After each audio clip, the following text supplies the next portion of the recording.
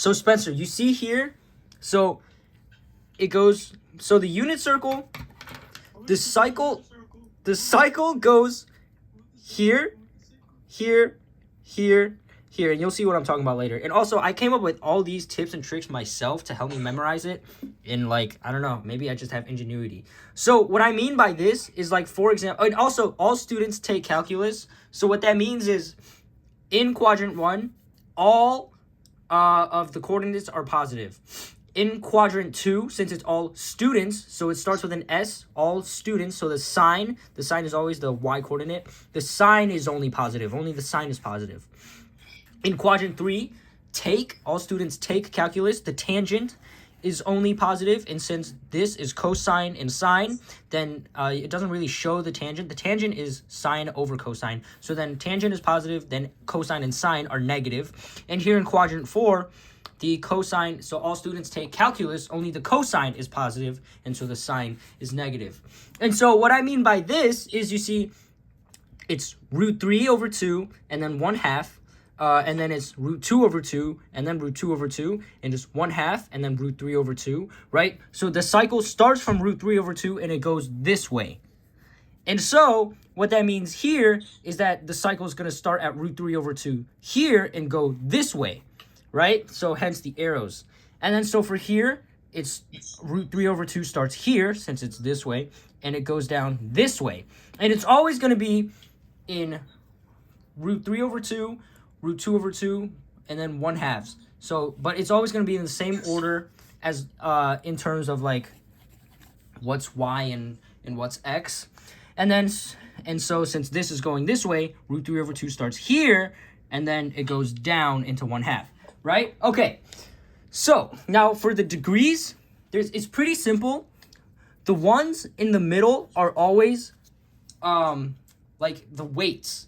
Like, it goes increased by, like, weights. Like, you're adding plates to a barbell. So the bar is 45. You add a plate on each side, it goes to 135. You add another plate on each 5, the middle is 225. And then you add another plate on each side, is 315. But there's an easier way to memorize them all as a whole. So from here, it's 0 degrees, right? And then you go up in increments of 30. So each side on its, like, if you look at it like this way, its right side and its left side are gonna be well, actually, that's, so ignore that. Start from here, right? So here's obviously 90 degrees. So if you start from here to the right and to the right and to the left, it's gonna increase, or it's gonna go up or down by 60 degrees. So for example, from 0 you go up 30, then 50. So from the 45, you either subtract 15 or add 15, depending on, like, just in general how like it increases from counterclockwise, right? So if you look at it this way, it'll be add 30, add 15, add 15, then add 30, add 15, add 15, or add 30, add 30, add 15, add 15, add 30, add 30, add 15, add 15, add 30, add 30, add 15, add 15, right? So from, we'll call these the barbell numbers. From the barbell numbers, to its right and to its left is always adding 15. So that's just something that's, in general, just how I remember it. And then here is 360 degrees, here's 180.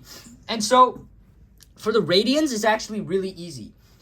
You follow this rule once again. So you start at 2, you go 3, 4, 6 down to the right, and also 3, 4, 6 down to the left. But for here, it's this way. So you go 2, 3, 4, 6 up, here 2, 3, 4, 6 up. And so how you correlate these is because pi in this unit circle case is just another way of saying 180. So 180 divided by 3 is 60.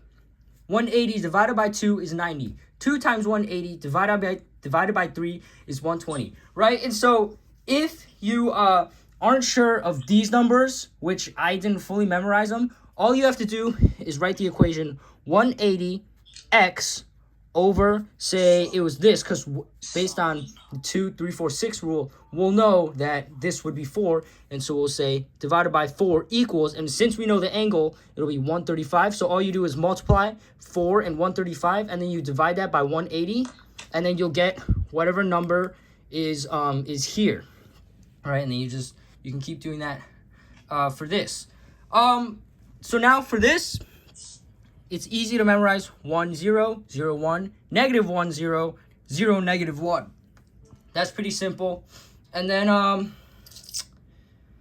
so for these, it's gonna, the sign. So for quadrant 1, it starts at √3/2 and it goes up.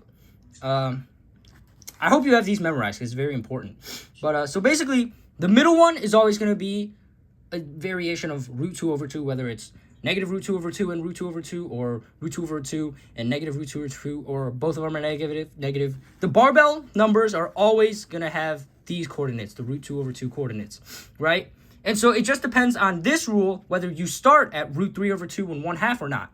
And the other, so the ones that aren't the ones that aren't barbell numbers, for example, this and this one is always going to have a √3/2 and a 1/2 in them.